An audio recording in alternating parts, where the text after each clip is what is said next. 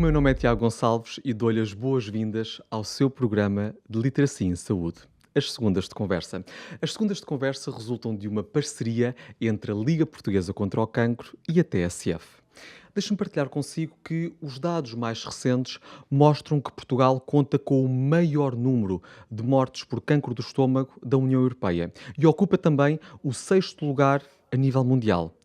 Quando olhamos para a região norte, percebemos que esta, no nosso país, é a mais afetada e estamos, portanto, a falar da taxa mais elevada da União Europeia.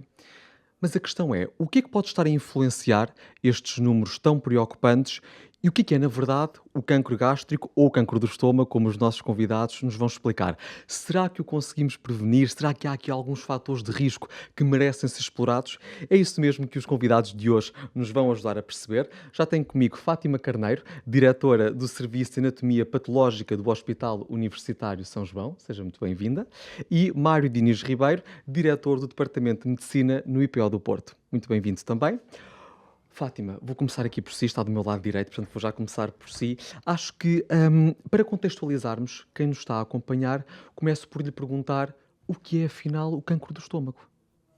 É uma pergunta fundamental, realmente, para acompanhar. A pontapé de saída, não é? E então, é muito difícil, muito fácil dar a definição, porque só temos que juntar duas palavras.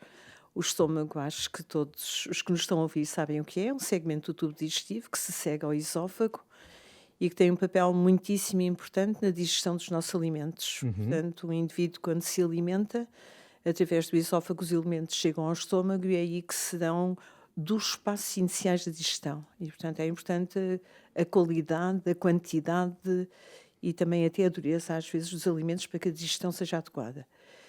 A outra palavra chama-se cancro, e cancro é um tumor maligno, e o que significa é que se nós estamos a falar de cancro do estômago, significa que no estômago se desenvolvem tumores malignos. Mas Que isso é quer então importante, dizer que as células se multiplicam de forma anormal, é isso? multiplicam-se no sentido que o cancro, sendo um tumor, cria volume e, portanto, aumenta o número de células. Aqui o que é fundamental é que nem no estômago, nem nos outros sítios, embora haja contextos diversos, o cancro surge do nada. Principalmente se for o cancro condicionado por fatores externos, tipo ambiental. Uhum. Porque há um cancro hereditário que depois provavelmente falaremos Vamos falar também. sim, mas aproveito que partilhou connosco essa informação para lhe perguntar: há apenas um tipo de cancro do estômago ou cancro gástrico? Não, há vários tipos, mas só para dar uma ideia de que a cronologia dos acontecimentos é muitíssimo importante, Uhum. porque antes de se desenvolver o cancro do estômago propriamente dito, e antes de que o mesmo se manifeste, decorre muito tempo, que eu posso dizer, decorrem muitos anos. E, Então aqui a portanto, prevenção é absolutamente essencial, é ou se calhar até o essencial. rastreio. É essencial, mas isso, por isso é que está cá o professor Mário Diniz Ribeiro. Com certeza, claro que sim, já vamos passar para o professor. Mas isto é importante, só se me der licença, é Claro, faz favor. porque antes do aparecimento do cancro há inflamação do estômago, que se chama gastrite crónica, há a transformação do epitélio do estômago num epitélio especializado de tipo intestinal, que se chama metaplasia intestinal. Uhum. Depois há lesões benignas de displasia e aqui se enxerta o desenvolvimento do cancro. Portanto, há aqui um conjunto de passos prévios, digamos assim, até o cancro se desenvolver. Mário, pergunto-lhe então, o que é que pode levar ao surgimento de cancro do estômago? Também é uma pergunta importante e acho que é muito importante discutirmos isso. Em algumas pessoas nunca vamos saber o que é que levou naquele indivíduo àquele cenário. Isto, do ponto de vista clínico, às vezes é uma mensagem muito relevante, porque para a pessoa que sofre de cancro, às vezes faz essas perguntas. Claro. Mas, em geral, nós associamos alguns fatores de risco. Aqueles que as pessoas podem modificar, que é Comportamentais, diria, não é? comportamentais. Alguns não dependem tanto dele, e o principal no estômago é uma infecção crónica que se chama Helicobacter pylori. Que é uma bactéria, não é? É uma bactéria que tem este perfil, esta característica de infectar o estômago e de condicionar o que a professora Fátima falou, uma inflamação, e depois condicionar, dependente de outros fatores, designadamente também do próprio indivíduo, tal como nós reagimos de forma diferente à pandemia, tudo, ao não é? Covid, Claro. reagiremos diferente a essa infecção. Mas diga-me, Mário, já agora aproveito para lhe perguntar: esta infecção por Helicobacter pylori é passível de ser erradicada? Nós conseguimos tratá-la? Completamente. Esse é outro, é um ponto muito importante, ou seja, ela é passível de ser identificada é passível ser erradicada, e erradicada com sucesso por muitos anos. E por isso é, por exemplo, uma das medidas de prevenção que hoje se está a discutir mundialmente, se é razoável ou não pesquisá-la de forma sistemática por forma a prevenir o principal fator de risco. Claro. O segundo fator de risco, que é transversal a muitas causas de morte, é o tabaco. E quando falamos há vários tipos de cancro, não vamos entrar aqui em dicotomizações, mas Claro. há fatores de risco mais importantes para determinadas localizações no estômago. Mas o tabaco seria assim o segundo. Mas há alguma localização do estômago onde o cancro tenha mais tendência para surgir, digamos assim? Entre nós ainda continua a ser na parte mais distal, isto é, na parte mais final do estômago, Porquê? Sabemos.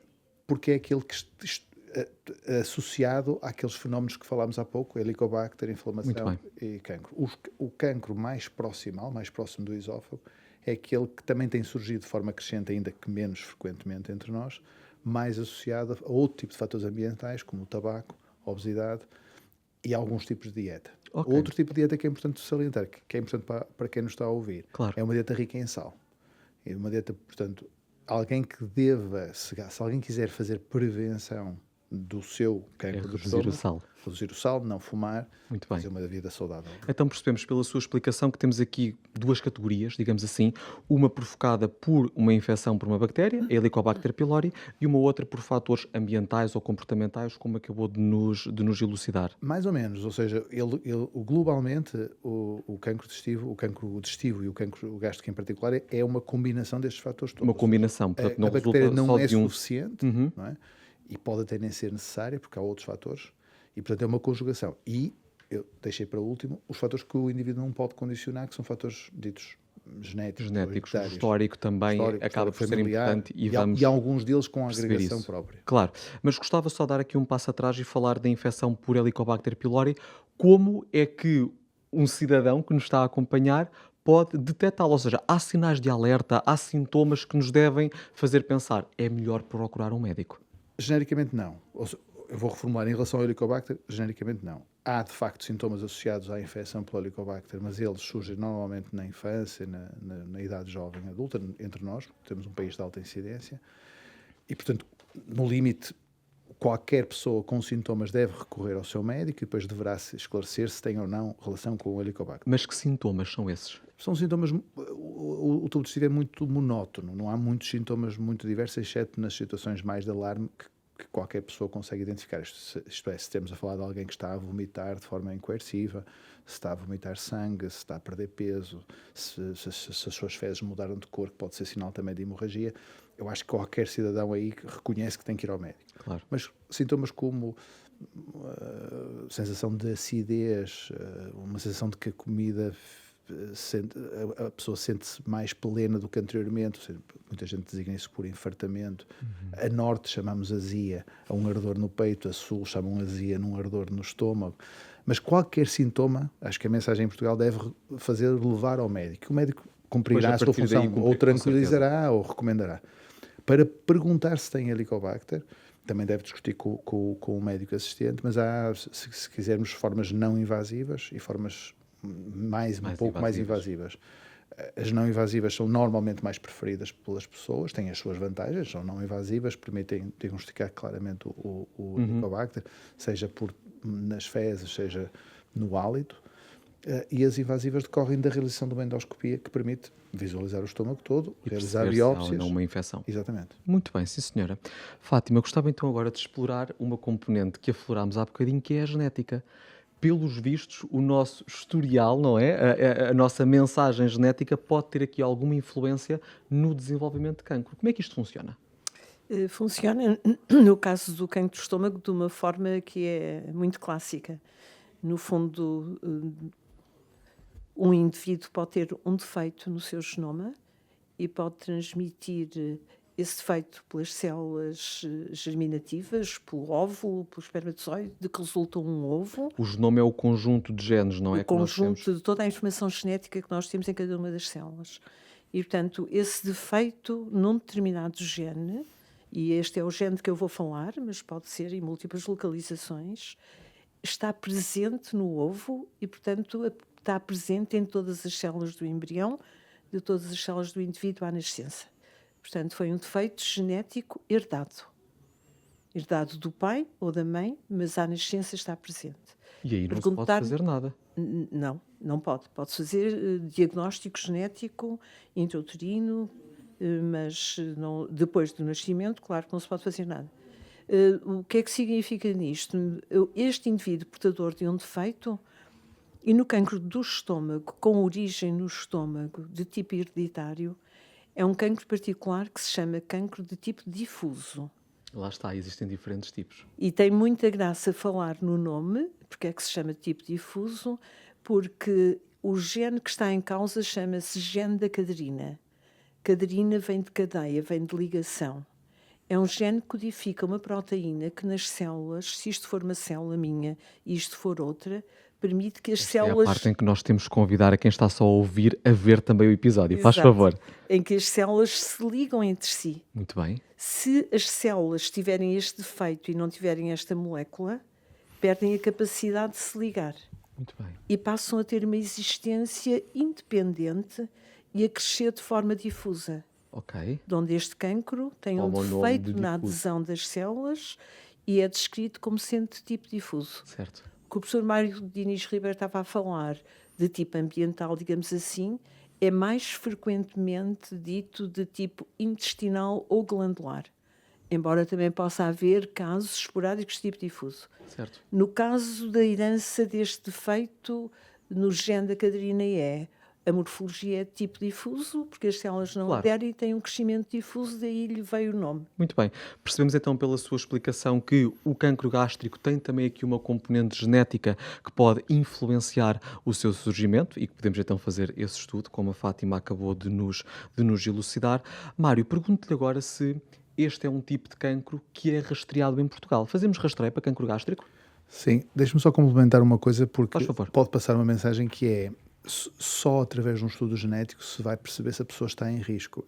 Acho que era importante salientar que, mais uma vez, quem tiver um irmão, um pai, conhecer a sua família em termos de cancro, deve procurar o seu médico assistente. Ou seja, o histórico familiar impacta. É porque mesmo fora deste contexto, não há muitas recomendações, mas há pelo menos algumas recomendações, por exemplo, e fazendo a ponte para a sua questão, é neste subgrupo de pessoas há claramente recomendação para rastrear mais antecipadamente, isto é, procurar antecipadamente se essa pessoa tem essas tais lesões que a professora Fátima falou, que precedem o aparecimento de um cancro, ou o próprio cancro em fase precoce, ou, por exemplo, erradicar a bactéria. Aí há claramente essas recomendações. Falando da sua questão, não, a resposta é não. Porquê?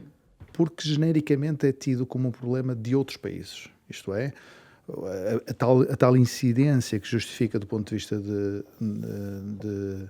de frequência medidas societais tem levado algumas sociedades como o Japão, como o Chile, a implementar medidas de rastreio populacional e que já tiveram impacto, e na Europa até há 10, 20 anos era dito que não era um problema. E, portanto, não fazia sentido rastrear. Exatamente. Tem havido algumas iniciativas precisamente para procurar a melhor forma de o fazer. Acho que nos Açores já há um programa que permite rastrear o cancro gástrico, pelo menos quando estava a pesquisar encontrei. Há em vários países da Europa várias iniciativas lideradas por um consórcio, neste caso liderado por outro país, em que procura várias formas de chegar lá. Isto é como nos Açores, e essa iniciativa também está a ser tida na Eslovénia. Nós também temos alguma parceria com esse programa e outros, será que procurando nas fezes, como lhe disse há pouco, o Helicobacter, as pessoas primeiro fazem, porque não há problema de rastreio sem adesão. Claro.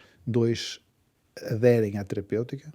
E depois nós o que esperamos é que, sem medir diretamente, isso vai ter um impacto há alguns no tempo. Porque é que é interessante nos Açores, porque conseguimos fazer numa ilha com uma população muito definida e porventura isto vai ter algum É mais fácil de impacto. controlar a amostra, digamos assim. Mas neste momento estamos ainda na fase de pilotos, portanto há coisas que não sabemos. Não sabemos, por exemplo, qual é a taxa de adesão e qual vai ser a taxa real de efetivação. Mas há outras formas. Há, por exemplo, a capacidade de, no mesmo momento do rastreio do cancro do cólon, fazer o rastreio do cancro gástrico. Aproveitar, digamos assim, Exatamente. a análise para conseguirmos dois. Há alguma sugestão que vem também sendo veiculada por algumas pessoas que se dedicam a esta área, que é tão difícil um cidadão aderir a um programa de rastreio, que a questão da sinergia de programas, por exemplo, tem-se discutido a adesão conjunta entre o cancro da mama e o cancro do cólon, o cancro do cólon e o cancro do estômago. Já que a pessoa está lá, não é aproveitar. Já que a pessoa está sensibilizada para fazer diagnóstico precoce, fazê-lo. Muito bem. E, portanto, são estas duas grandes iniciativas. Áreas, não é, que temos que conseguir considerar. Fátima, gostava agora de lhe perguntar, porque no início do episódio partilhei com os nossos telespectadores e ouvintes que Portugal conta com o maior número de mortes por cancro do estômago na União Europeia. Pergunto-lhe o que é que em Portugal existe ou pode estar a provocar estes números? Acho que é um problema complexo e que não se resolve com duas penadas de dizer que é a Claro, não é dieta, unifatorial. é a dieta desadequada porque tem muito sal, é a dieta desadequada porque tem muitas gorduras, é a dieta desadequada principalmente pelo que não tem. Isto é, a dieta adequada no sentido da prevenção do cancro esporádico, aquele que pode acontecer em todos nós, devia ser uma dieta rica em legumes, em frutas frescas, em sumos, aquilo que é descrito como a dieta mediterrânica. Portugal talvez ainda tenha uma dieta muito tradicional, com recurso a alimentos pesados, a carnes, a enchidos. Só estes alimentos por si só são salgados e, portanto, para além do sal que as pessoas põem na comida, ainda tratam e ingerem alimentos salgados e, portanto, não é só o que faz mal, é a falta do que faz bem. E esta é que é uma tónica importante. É Mas as pessoas então, habituarem-se a procurar o que faz o que bem faz bem, mas no sistema. então, Fátima, aproveito para fazer o salto para a região norte, porque se este é um problema, digamos, a nível nacional, na região norte, então, é ainda mais expressivo. Será que esta falta de procurar o que faz bem acontece de forma ainda mais demarcada no norte? Eu não sei o suficiente do ponto de vista epidemiológico e social, digamos assim, mas inicialmente aquilo que está a dizer é verdadeiro. Mais frequência na região norte e havia até um nicho, e é importante isto que eu vou dizer, atribuía-se na região norte um nicho particular na zona de Viana, sem que houvesse fatores que o explicassem, e veio a compreender-se depois que não era propriamente que fosse diferente ou mais do que em outras áreas da região norte, mas sim porque o registro oncológico dessa região estava muitíssimo bem montado e, portanto, tinha capacidade de captar a informação da maior parte da população. Não quer dizer que não acontecesse nos outros, mas se calhar não era tão bem conhecida a quantificado. realidade. E, portanto, eu estou só a dar este exemplo para que as pessoas saibam caldear a informação em função daquilo que são os dados objetivos e também da sua distribuição relativa, que tem a ver com o modus operandi. A este propósito, em Portugal, há a Liga Portuguesa contra o Cancro, e há vários organismos que tendem a tentar dar melhor conhecimento à população de quais são as realidades, a distribuição dos diversos tipos de cancro. E eu queria aqui dizer uma coisa, perdoar-me-á, só em complemento do que diz. Portugal tem, portanto, como diz, uma taxa de incidência elevada na União Europeia, por condicionalismos que são os locais e que não vamos agora repetir. Mas é preciso ter consciente que não é só o cancro do estômago. E eu vou pegar aqui numa cábula, porque é sempre bem a gente não dizer disparates. Nos homens, por exemplo, o cancro do estômago é o quarto, e antes deste, os mais frequentes são laringe, esófago e pulmão. Isto pelos hábitos que o professor Mário Diniz Ribeiro referia, que é o tabagismo, o alcoolismo, que os dois em conjunto são fator de risco para o que eu disse. No estômago dilui-se com outros aspectos, mas estão também presentes e são importantes. E na mulher, mais frequente do que o cancro do estômago, para que não haja aqui nenhum enviesamento, é o cancro da tireoide, que é este pequeno órgão que aqui temos no pescoço, do pulmão, da mama. Não esquecer. E estamos Tivemos agora, vários portanto, a falar... episódios Não, sobre é esse só tipo para as de pessoas não ficarem... Claro. Não, é no fundo, importante, é uma alarmadas contextualização importante, e com ter a certeza. importância, ter a ideia de que realmente o registro de dados é importantíssimo Com certeza. e é fundamental para a definição de políticas de saúde. Claro. Muito bem, eu vou então aproveitar aqui este momento e também para centrarmos aqui agora no cancro gástrico. Pergunto-lhe, Mário, como é que o diagnóstico é feito? Até parece que ensaiamos, mas de facto não Não ensaiamos. ensaiámos. Não, mas só Não fazer- ensaiámos e conhecemos-nos agora, portanto não era possível ensaiarmos. Não, este conceito que a professora Fátima introduziu aqui foi o conceito de, claro, precisamos de dados em Portugal também para o cancro gástrico, e é a questão da letalidade, mas estamos melhor do que há 2 décadas. Ou seja, continua a haver muita gente a padecer de cancro, mas cada vez mais numa fase precoce. Porque felizmente existem estas iniciativas, porque felizmente existem cuidados crescentemente de forma em qualidade, e porque é possível também oferecer um tratamento que faz com que esses indivíduos sobrevivam ao cancro. Portanto, se diagnosticado precocemente, claro que é um desafio emocional e tecnológico, mas é possível curar essa pessoa.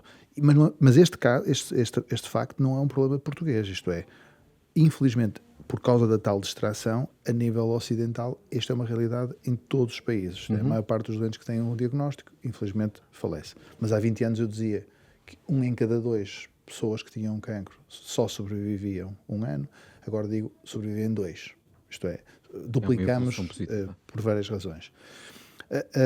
Como diagnosticar? Por um programa de rastreio que exista, ou que venha a existir, portanto a pessoa está assintomática e por um programa diagnostica, e já vou dizer como, ou por causa de uma queixa, teve a indicação de fazer uma endoscopia digestiva alta. Certo. E à data é o exame diagnóstico, isto é, um exame relativamente pouco invasivo, livre de complicações, cada vez mais de forma proporcionada com elevada tolerância sob anestesia, e em que o médico gastroenterologista consegue, através de uma câmara, visualizar o esófago. E isto não é displicente porque, como a professora Fátima disse, também temos esófago antes de chegar ao estômago, portanto é possível ver esse órgão também, e aqui há vários órgãos, mas não interessa agora. Claro, vamos ser E objetivos. no caso do estômago, permite ver todo o estômago com elevadíssima qualidade. Então, para além da endoscopia, que outras técnicas é que existem? Para diagnosticar, basicamente, é a endoscopia. Endoscopia. É claro que estão a ser explorados outros métodos, invasivos, etc., mas para diagnosticar cancro gástrico é um conjunto de sintomas mais endoscopia. Muito bem. Fátima, aproveito agora para lhe perguntar, e fez-nos aqui uma contextualização. Veio preparada para o episódio, veio muito preparada aqui com dados, e por isso vou-lhe lançar aqui uma outra pergunta. Se, em termos de idade, há alguma idade onde o cancro gástrico tenha maior tendência para surgir, digamos assim? Essa pergunta é muito pertinente e tem a ver com os 2 contextos que aqui definimos. Precisamente. Esse é o contexto dito esporádico, que pode acontecer a qualquer um de nós, e o outro é o contexto hereditário. Eu tenho que salientar que no contexto esporádico pode também haver alguma influência de base do genoma, só que não é um gene específico. Quando estamos a falar em hereditário, há um gene específico que está alterado, que tem uma mutação, e esta mutação é transmitida de um progenitor à sua descendência. Como está a partir presente a expressão alterada ab início à nascença, torna mais provável o desenvolvimento do processo de uma forma autónoma, não tão dependente dos fatores ambientais, e a apresentação clínica mais precoce. Estamos a falar em precoce no contexto do cancro hereditário de tipo difuso, e aproveito para dizer que vai haver uma reunião do Consórcio Internacional, trouxe até ao cartaz, do Consórcio Internacional que trata de cancro hereditário de tipo difuso, vai reunir no Porto, na próxima semana, especialistas de todo o mundo, da Austrália aos Estados Unidos, passando, obviamente, Portugal. Claro, e em termos E de idade... neste contexto, os indivíduos, pelas razões que eu estava a dizer, têm a maior probabilidade de apresentar a doença em idades jovens. E, portanto, há dois elementos importantes para o público em geral perceber de suspeição. A idade jovem da apresentação e a existência de muitos indivíduos afetados com a mesma doença na mesma família. Isto chama a atenção realmente para um contexto hereditário. Por isso mesmo, uma vez identificado, os indivíduos são também identificados por uma cadeia dedicada de diagnóstico e tratamento de cancro gástrico, neste caso, que existem em várias instituições em Portugal. Já percebemos também que existem diferenças entre homens e mulheres no que diz respeito à prevalência e entre raça negra e caucasiana. Conseguimos perceber se há alguma distinção? Relativamente ao cancro hereditário... Ao cancro gástrico, sim. Não haveria razão para isso. Não sei dizer qual é a raça existente, mas talvez também seja até bom não complicar o caso, porque há Exatamente. famílias Claro, com muito certeza. bem identificadas em Portugal, cerca de 20 famílias identificadas em Portugal com Muito cancro bem. gastrohereditário a serem seguidas. Claro. Os dados que procura, se calhar, são mais facilmente provenientes dos Estados Unidos, Isso. onde há Muito bem. diversas expressões rássicas. Mário, acho que era agora importante, estamos-nos a aproximar do final do nosso episódio, por isso gostava agora que nos explicasse, numa situação de cancro gástrico diagnosticado, como é que se trata? Certo. Só para também fazer uma ponto com o que falámos, estas famílias identificadas, é-lhes oferecido um cuidado muito precocemente. Portanto, identificadas Faz são todo afetadas, sentido, com claro. certeza. Mas felizmente para elas, infelizmente para elas, têm que ter uns cuidados acrescidos, mas, digamos, para a população que nos está a ouvir, representa uma minoria dessas pessoas. Muito bem. Sobre a pergunta que me fez, portanto, se aquele indivíduo que procurou os cuidados ou teve, por qualquer razão, o diagnóstico, e esse diagnóstico for de forma precoce, existem neste momento uma oferta nacional, um serviço nacional, em que é possível retirar apenas o cancro por endoscopia e cumprida que estejam determinados critérios, que normalmente, após essa avaliação inicial, nós conseguimos prever em 80% a 90% das vezes, isto é, conseguimos em 100% das vezes acertar 90% ou 80%, e curar a pessoa por endoscopia.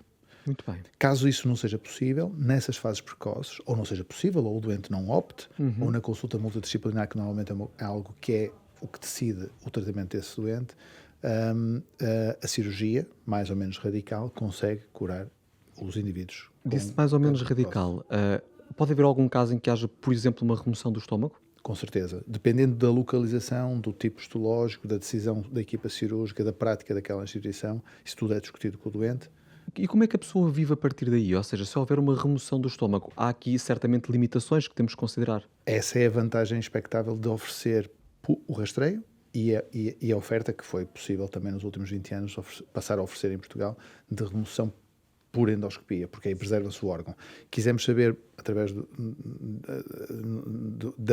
da pergunta exatamente às pessoas, o que é que preferem? Preferem ficar sem estômago e reduzir o risco e o medo de voltar a ter um segundo cancro, porque preservando o estômago, isso acontece até 30% das vezes nos primeiros 5 ou 10 anos, e a resposta foi: preferimos ficar com o estômago e arriscar. Mas pode acontecer variações individuais e isso temos que acolher. E claro, temos, infelizmente, no outro extremo, as pessoas que, infelizmente, vêm até nós com fases muito avançadas da doença em que o que lhes podemos oferecer é a melhor qualidade de vida possível, e no meio tem sido também explorado alguma oferta de terapêuticas ditas adjuvantes, isto é, vão ajudar a reduzir o tamanho do tumor por forma a oferecer a cirurgia. Estamos a falar de quimioterapia, radioterapia, certo? Fundamentalmente quimioterapia, em algumas formas de tumor, mais uma vez aqui há pouco, e a pergunta inicial, há um cancro do estômago, posso fazer a ponte de forma provocatória para a professora Fátima, mas há imensas diversidades, conhecem-se algumas e algumas têm impacto clínico. Claro. Ora, tenho uma última pergunta para os dois, que é a mesma. Portanto, gostaria que deixassem uma mensagem para quem nos está a acompanhar do ponto de vista de prevenção. Ou seja, o que é que os nossos espectadores e ouvintes podem ou devem fazer para prevenir o surgimento de cancro? Vou começar aqui pela Fátima. Agora não é só o cancro de estômago, é o cancro em geral. Em geral. E chama-se Educação para a Saúde. É o que estamos a fazer. Procurá-la, disseminá-la e divulgá-la. É uma coisa que em Portugal já começa a haver essa preocupação até nas idades mais jovens, nas escolas, na ciência viva e em vários programas por aí existentes. Portanto, as pessoas não devem estar passivamente à espera que algo lhes aconteça, devem procurar ativamente o conhecimento, a educação para a saúde e a procura do seu médico assistente. Não esquecer a clínica geral, que tem alguma responsabilidade, para não dizer muita, na identificação de sintomas iniciais e na orientação para os centros de diferenciação, onde depois o tratamento é efetuado se estiver numa fase mais avançada. Claro. Portanto, cada um tem que habituar-se a olhar para si próprio e para os seus. E estar atento. No sentido de estar atento e procurar a educação para a saúde. Muito obrigado. Mário. deixando de lado a infecção pelo Helicobacter, provavelmente depende muito pouco do indivíduo, depende mais de decisões políticas e tem a ver com o nível socioeconómico do país, etc. Eu diria duas Muito coisas. interessante o que acabou de dizer, é verdade. Aliás, nós todos achamos que temos muita importância, mas é muito mais importante uma água canalizada do que qualquer coisa que se faça num hospital. Com certeza. Mas deixando de lado o Helicobacter, eu diria duas coisas. Não fumar e a segunda parte está claramente estabelecido que homens e mulheres, a partir dos 50 anos, devem fazer rastreio do cancro de cólon e reto. E por isso, acrescentar aqui também o pensamento sobre o estômago, isto é, discutam com o seu médico e já é prática corrente fazer também o rastreio do cancro gástrico. Certo. E, portanto, são duas mensagens, não fumar e quando festejarem os 50 anos, oferecer-se o rastreio do tubo digestivo. Porque infelizmente, das 30 mil pessoas que vêm a falecer de cancro, vêm a falecer em Portugal, peço desculpa, das 100 mil pessoas que falecem, das 30 mil que falecem por cancro, a maior parte falece por cancro digestivo, aquilo que a professora Fátima disse. E, portanto, é uma oportunidade única para viver até aos 100 anos. Muito Já bem. fez o seu rastreio? Com certeza. Também. Muito bem, Eu sim, também. senhora. Isto é uma provocação porque fiz 51 anos. E agora ficámos todos a saber. Mário e Fátima, muito obrigado pelas vossas importantes explicações. Percebemos então que o cancro gástrico é um cancro importante no nosso país e que devemos estar atentos. Recebemos aqui um conjunto de recomendações que nos vão ajudar a prevenir e também a perceber o que devemos fazer numa situação em que podemos ter alguns sintomas e, portanto, devemos procurar a ajuda do médico e que é sempre então importante estarmos atentos à nossa saúde, até porque a prevenção é sempre a melhor forma que temos de agir nestes casos. Resta-me agradecer também a quem nos acompanhou ao longo deste episódio das Segundas de Conversa e recordar uma coisa muito importante. Nós estamos disponíveis para o ouvir e, portanto, faça-nos chegar todas as suas questões para o e-mail 2deconversa@ligacontracancro.pt. Posso lhe dizer, inclusivamente, que o tópico que abordámos hoje resultou de uma sugestão que recebemos nesta caixa de e-mail. Portanto, nós lemos todas as sugestões, respondemos a todas as questões e, por isso, faça-nos chegar a sua. E terminamos mais um episódio das Segundas de Conversa feitas para si e a pensar em si. E o que é que fazemos sempre no final de cada episódio? Marcar o próximo. Por isso, temos encontro marcado no dia 29 de julho, onde vamos falar sobre linfomas e leucemias, tratamento e sobrevivência. Vou estar à conversa com a doutora Maria Gomes da Silva, hematologista no IPO de Lisboa. Por agora, agradeço-lhe por ter estado desse lado a investir em si. Conto consigo no próximo episódio das Segundas de Conversa. Até lá, fique bem.